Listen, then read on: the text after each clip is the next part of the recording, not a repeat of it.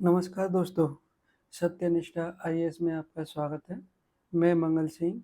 दोस्तों, कल हमारी हिस्ट्री की पहली क्लास हुई थी। आई होप आपको क्लास पसंद आई होगी। आज हिस्ट्री फाइन आर्ट की हमारी सेकंड क्लास है। तो चलिए दोस्तों, क्लास स्टार्ट करते हैं। फ्रेंड, कल हमने हड़प्पा सभ्यता के बारे में थोड़े पॉइंट जाने थे। आज जहाँ हमने छोड़ा था उसको थोड़ा रिवाइज कर देते हैं। हड़प्पा सभ्यता को हमने पूर्वी टीला, जिसे नगर टीला को भी कहा जाता था, और पश्चिमी टीला, और जिसे दुर्ग टीला भी कहा जाता था, यहाँ हमने छोड़ा था। आगे हम मोहनजोदड़ो से शुरू करते हैं। दोस्तों, पहले मोहनजोदड़ो के बारे में पढ़ने से पहले थोड़ा इसके बारे में थोड़ा फैक्चुअल चीज़ें जान लें, यानी यहाँ से क्या क्या चीज़ें प्राप्त हुई, क्या चीज़ें मिली, यहाँ से थोड़ा चीज़ें जानते हैं जो एग्जाम पॉइंट ऑफ व्यू से बहुत इम्पोर्टेंट है। दोस्तों, जो मोहनजोदड़ो से जो हमें जो चीज़ें मिली, जो सबसे पहले जो मिला हमें एक बृहद स्नानागार।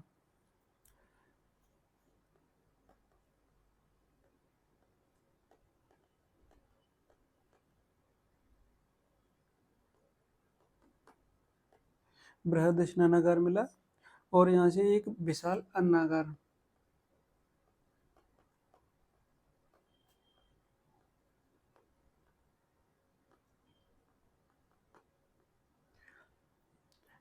और एक 3 बंदरों वाला मनका, और एक नर्तकी मूर्ति, कांस्य मूर्ति।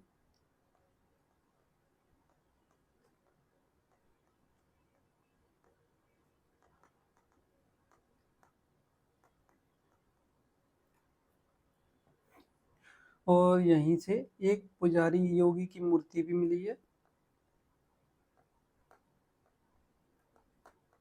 पुजारी योगी की मूर्ति।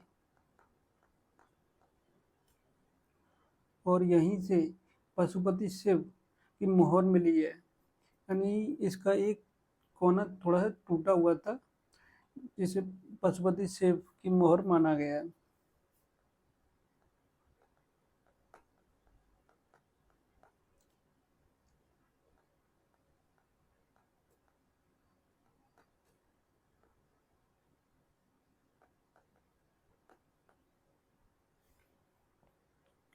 और यहीं से एक मोहर पर नाव का चित्र मिला है, और एक सीप निर्मित पैमाना, सूती कपड़ा, और हाथी का कपाल खंड भी मिला है, और घोड़े के दांत भी मिले हैं। दोस्तों, ये मोहनजोदड़ो लरकाना जिले, सिंध प्रांत, पाकिस्तान में स्थित है इस समय। ये सिंधु नदी के दाएं तट पर स्थित है। दाएं तट, यानी एग्जाम में पूछा जाता है ये मोहनजोदड़ो यानी सिंधु नदी के किस तट पर स्थित है। एग्जाम में इस तरह से उत्तर दक्षिण इस तरह दे दिया जाता है, लेकिन ये दाएं तट पर स्थित है। Okay friend.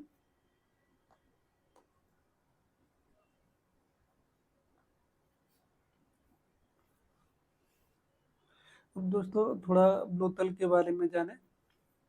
जैसे लोथल को ये अन्य नामों से भी जाना जाता है, जैसे लघु मोहनजोदड़ो,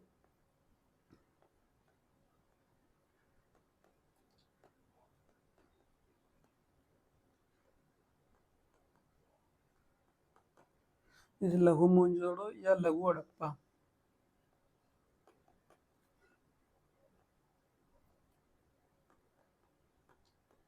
लघु हड़प्पा भी कहते हैं। Okay friend. यहाँ दोस्तों हमें जो प्राप्त हुए हैं लोथल से, एक गोदी या बंदरगाह,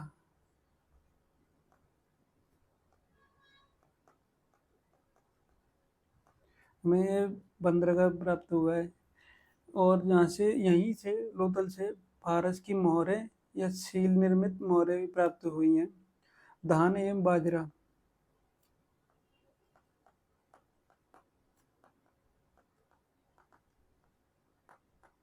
धान एवं बाजरा के साक्ष्य भी यहीं से हमें मिले हैं लोथल से।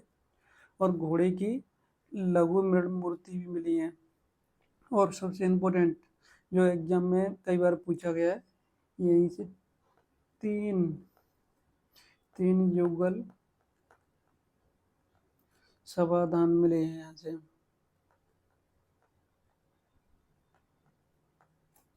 कहाँ से मिले? लोथल से। और यहीं से एक हाथी दांत एवं सीप का बना पैमाना भी मिला है। और यहीं से एक अग्निवेदी एग्जाम में पूछा गया है।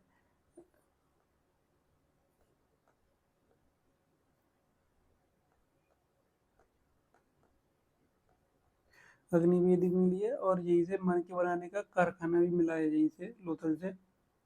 इसकी दोस्तों लोथल की जो अवस्थिति है अहमदाबाद जिले में स्थित है, जो गुजरात में। ये भोगवा नदी के तट पर स्थित है। कौन सी नदी?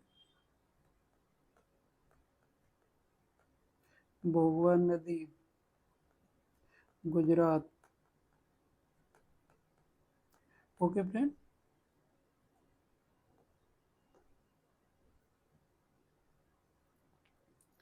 तो दोस्तों अब थोड़ा हम फाइन आर्ट की बुक को देखते हैं।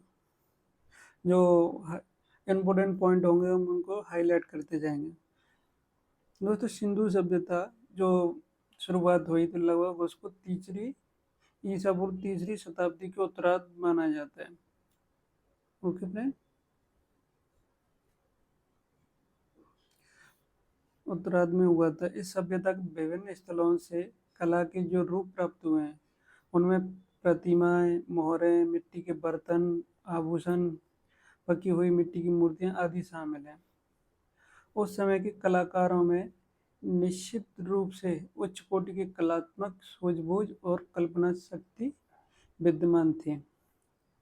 उनके द्वारा बनाई गई मनुष्यों तथा पशुओं की मूर्तियां अत्यंत स्वाभाविक किस्म की हैं, क्योंकि उनमें अंगों की बनावट असली अंगों जैसी ही है। मृण मूर्तियां जो जानवरों की मूर्तियों का निर्माण बड़ी सूझबूझ और सावधानी के साथ किया गया था। सिंधु घाटी सभ्यता के दो प्रमुख स्थल यानी हड़प्पा और मोहनजोदड़ो नामक दो नगर थे, जिनमें से हड़प्पा उत्तर में यानी हड़प्पा जो उत्तर में स्थित था और मोहनजोदड़ो दक्षिण में। ये सिंधु नदी के तट पर बसे हुए थे, यानी सिंधु नदी के तट पर बसे हुए थे। दोनों नगर सुंदर नगर नियोजन की कला के प्राचीनतम उदाहरण थे। इन नगरों में रहने के मकान, बाजार, भंडारघर, कार्यालय, सार्वजनिक स्नानागार सभी अत्यंत व्यवस्थित रूप से यथास्थान बनाए गए थे। इन नगरों में जल निकासी की उत्तम व्यवस्था की गई थी, काफी विकसित थी। हड़प्पा एवं मोहनजोदड़ो इस समय पाकिस्तान, ये दोनों भी इस समय पाकिस्तान में हैं। कुछ अन्य महत्वपूर्ण स्थलों से भी हमें कला वस्तुओं के नमूने मिले हैं, जिन्हें के नाम है लोथल और धोलावीरा। ये गुजरात में स्थित दोनों स्थल, लोथल और धोलावीरा गुजरात में, राखीगढ़ी ये हरियाणा और रोपन ये पंजाब में, और कालीबंगा ये राजस्थान में स्थित है।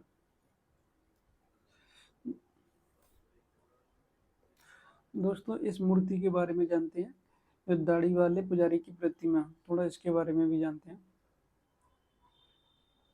पत्थर की मूर्तियां।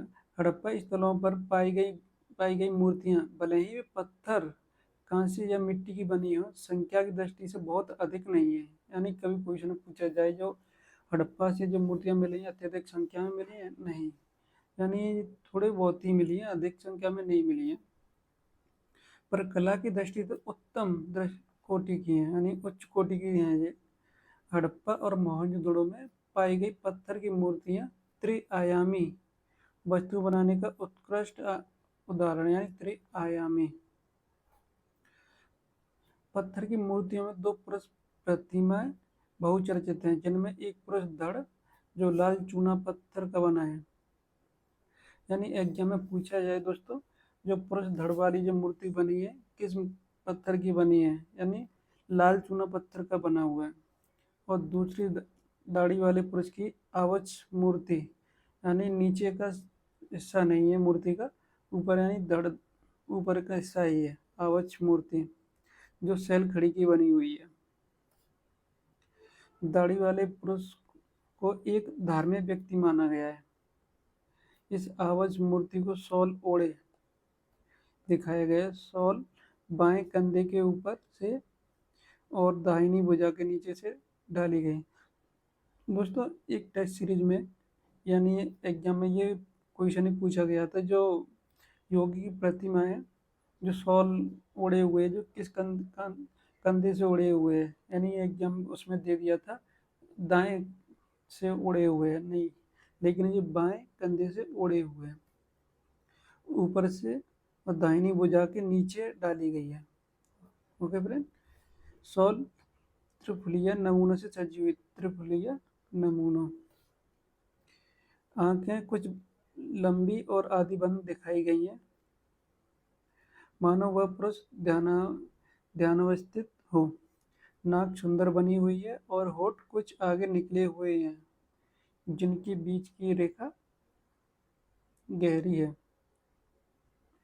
दाढ़ी, मूछ और गलमुच्छे चेहरे पर उभरी हुई दिखाई गई है। कान सीप जैसे दिखाई देते हैं और उनके बीच में छेद है। बालों को बीच की मांग के द्वारा दो हिस्सों में बांटा गया है और सिर के चारों ओर एक सादा बना हुआ फीता बंधा हुआ दिखाया गया है। दाहिनी भुजा पर एक बाजूबंद, यानी दाहिनी भुजा एक बाजूबंद है और गर्दन के चारों ओर छोटे छोटे छेद बने हैं, जिससे लगता है कि वह हार पहने हुए हैं।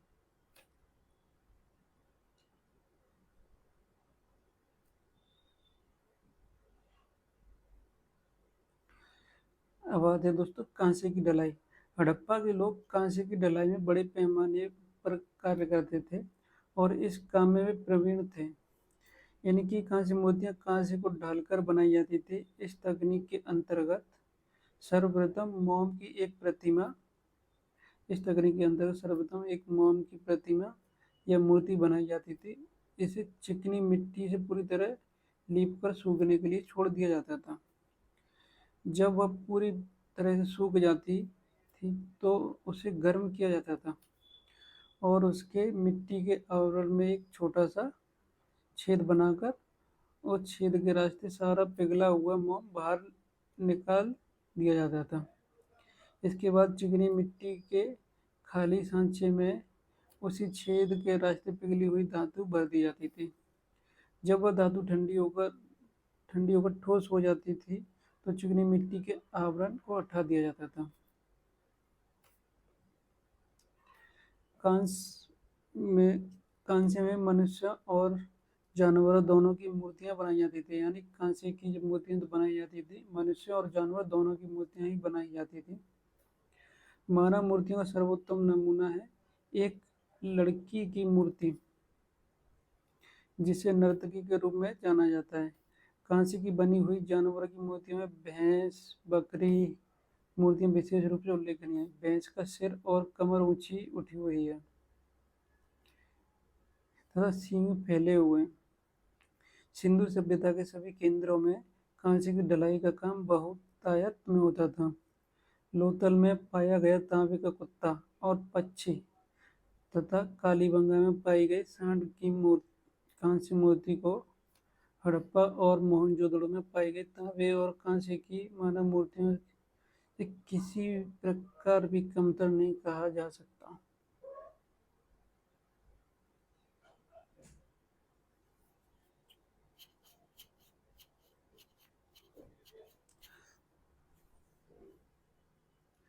तो दोस्तों, वीडियो हमारी ज़्यादा बड़ी ना बने, इसलिए आज यहीं पे स्टॉप करते हैं। कल हम मृण मूर्तियां यानी टेराकोटा की मूर्तियों से स्टार्ट करते हैं। Okay friend. तो फ्रेंड, अगर वीडियो अच्छी लगे तो लाइक करें, शेयर करें, सब्सक्राइब करें। धन्यवाद।